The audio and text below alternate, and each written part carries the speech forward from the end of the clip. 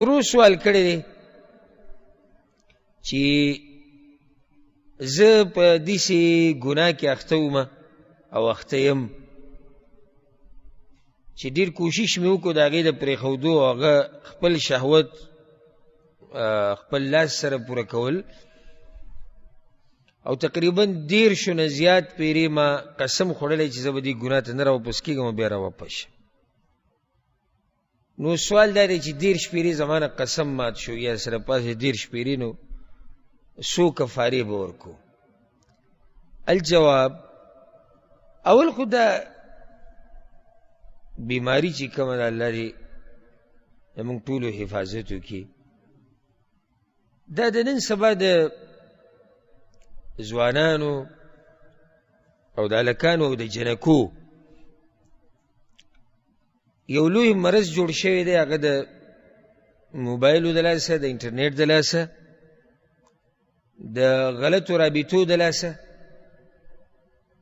او د ایمان د کمزورتیا د لاسه. دا یې وجې دي.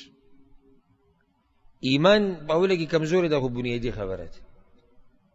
ورسره انټرنیټ په جیب کې پروت دی چې څه زړه غواړي او کومه بټن وي هغه دی، دا کول ته ایمان کمزوری دی. نو کله چې ایمان د سړي برابري نو بیا دومره چې دا سوچي چې یاره الله راته ګوري نو بیا حیا وله ورځي. خو دلته خو هغه قسم نشته. نو د الله نه یره کمزوري ده، ایمان کمزوری دی، موبایل ورسره جیب کې دی. ورسره درېیمه خبره کور کې ماحول هم دغه دی. کله پکې دام غټ رول ادا کوي چې کور کې ماحول هم دغه دی. مشران کشران هم ډیش ګوري، ټي وي ګوري، سندري ګوري، ډمان ګوري.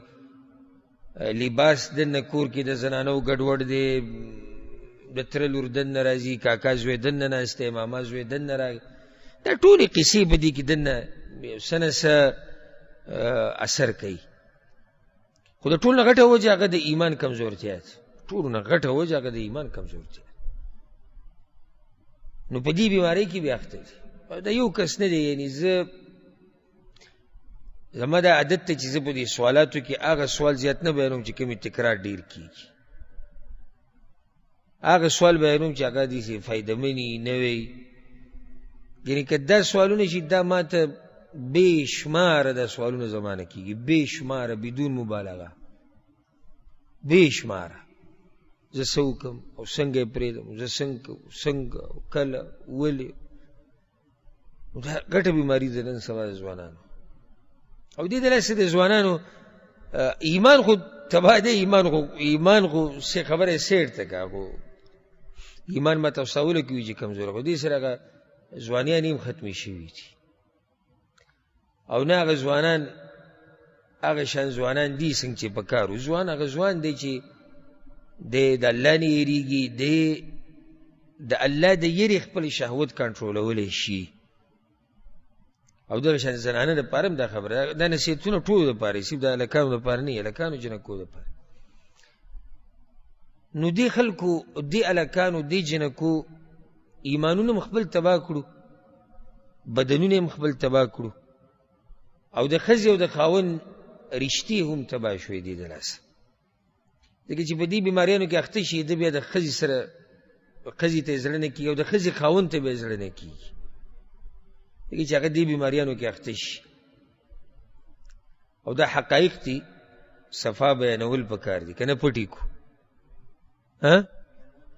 عجیبه د بعضو دا ده، یعنې عجیبه خبره د بعضو دا ده چې کور کې دننه یو ټي وي غټ سکرین لګېدلی دی او په هغې کې یو فحاشه ښځه به ګډېږي، فحاش سړی به د هغې سره مینه محبت او د عشق خبرې کوي او ټول ورته پراته دي ښه په ارام. او که چېرته یو عالم د امت د هدایت دپاره یو مسله بیانوي، دا مسلې وي څوک بیانوي او نو چې نه یې بیانوي نو څه ورسره کوي؟ یعنې پرېږدو دا ځوانان، د هلکانو، د جنکۍ، دا دې تباه شي. دا ستا په دې کور کې چې د فحاشۍ د دپاره تا د کوم سکرین او ټي وي او نېټ لګولی، په دې باره کې څه دی؟ دلته به کله تاله حیا درځي، کله به تا ته پښتو را یادېږي د ځان نه چې دې پښتو جوړه کړې ده. پښتو دا خو نه ده. پښتو دې ته وایي چې کور کې دننه ډمتوب کېږي او تا ورته په ارام ډډه لګولې ده. زه خیر دی دا وړوکی دی او زه خیر دی دا لا وړه ده دې ته پښتو وایي که نه صرف پښتو ته تعالی رایادېږي چې کله یو عالم دی یو مسلې وضاحت کوي بیا ته پښتو رایادې شي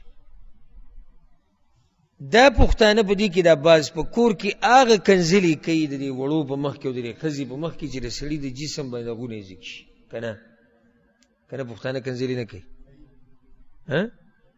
داسې کنځلې کوي چې په سړي باندې غونې ځګ شي خو که د دین مسله بیانوي نو بیا نه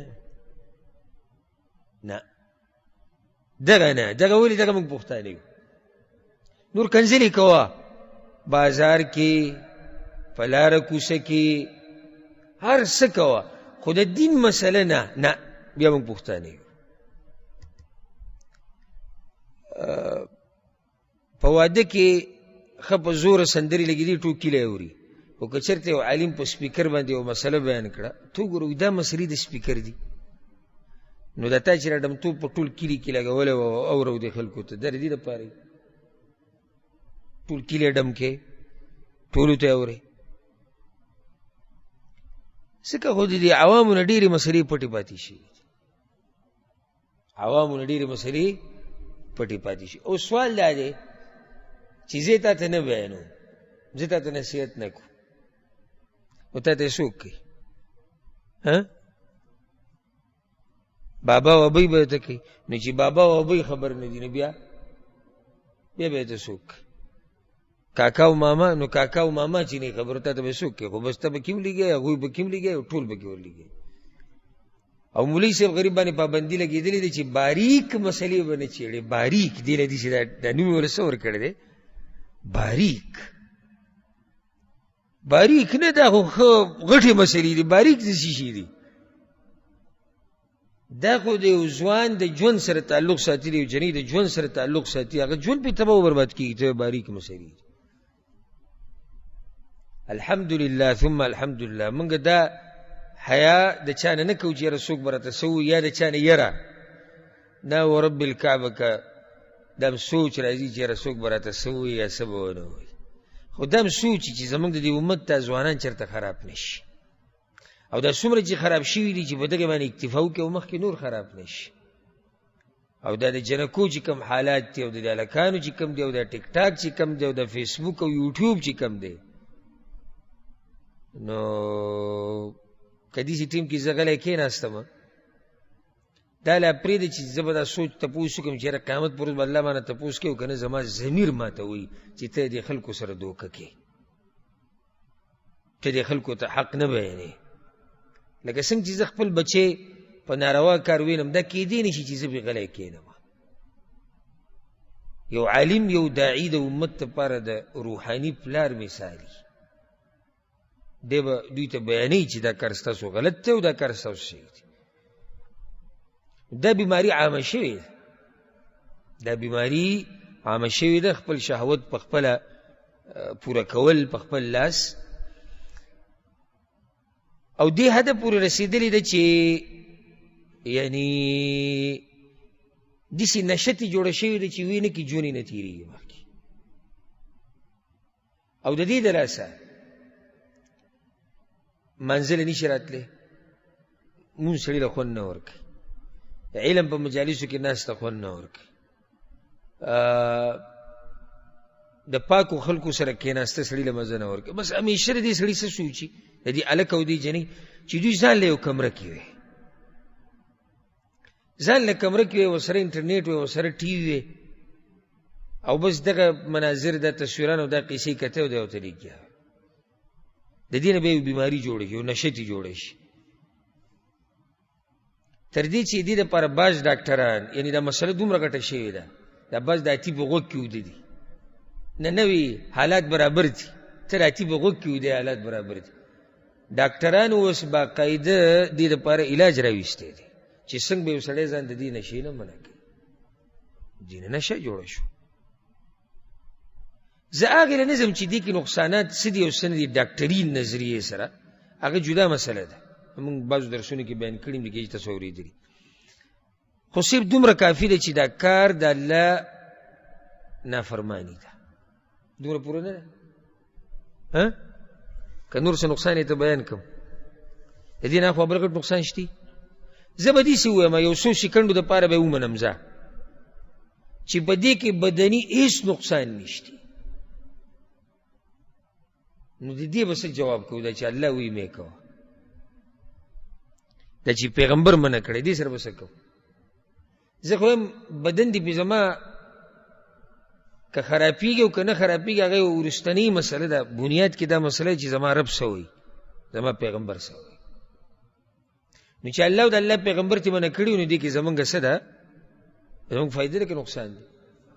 ګور الله کېدی نشي چې الله دې په مونږ باندې داسې کار حرام کړي چې په هغې کې زمونږ فایده او مونږ ته پکې نقصان نه وي. دا نشي کېدی شي. الله مونږ له د واده اجازت راکړی که نه دی؟ فایده پکې ده که نقصان دی؟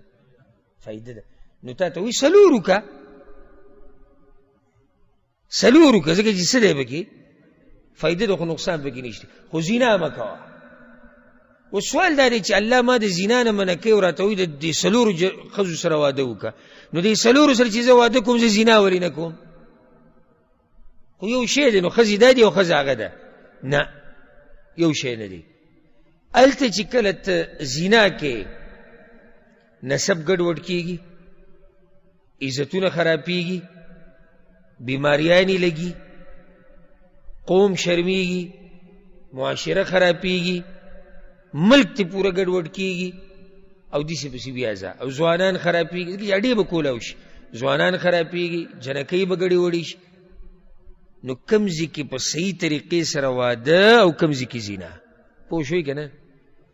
دا د سوچ خبرې چې سړی وایي چې الله ما ته وایي څلورو ښځو سره واده وکړه، څلورو سره زه واده کولی شم، نو زه د څلورو ښځو سره زنا ولې نشم کولی؟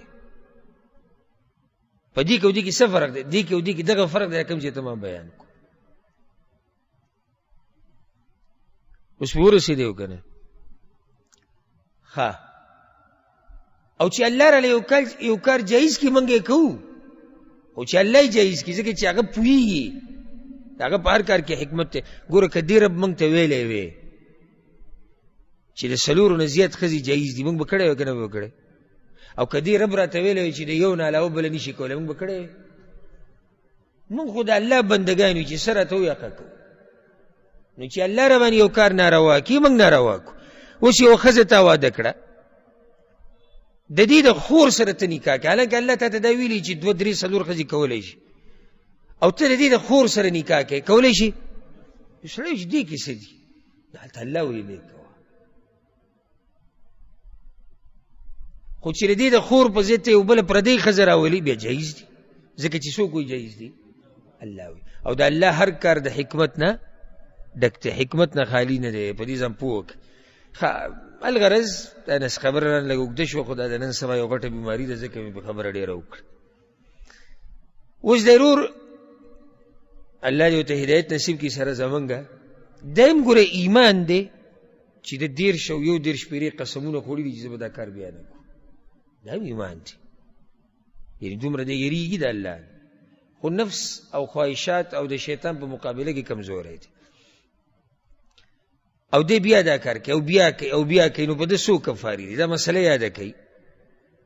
ګوره که چېرته قسم دې وخوړو په جدا جدا کارونو باندې، لکه مثال یو سړی وایي زما دې په الله قسم وي زه به څښاک نه کوم، زما دې په الله قسم وي زه به سګرټ نه څکم، زما دې په الله قسم وي زه به کپړې نه اچوم، زما دې په الله قسم وي زه به پلاني خواله نه ځم، او ده دا کارونه وکړو. نو د هر یو قسم جدا کفاره ده، ځکه چې هر یو کار ځان له څه دی؟ جدا مستقل کار دی.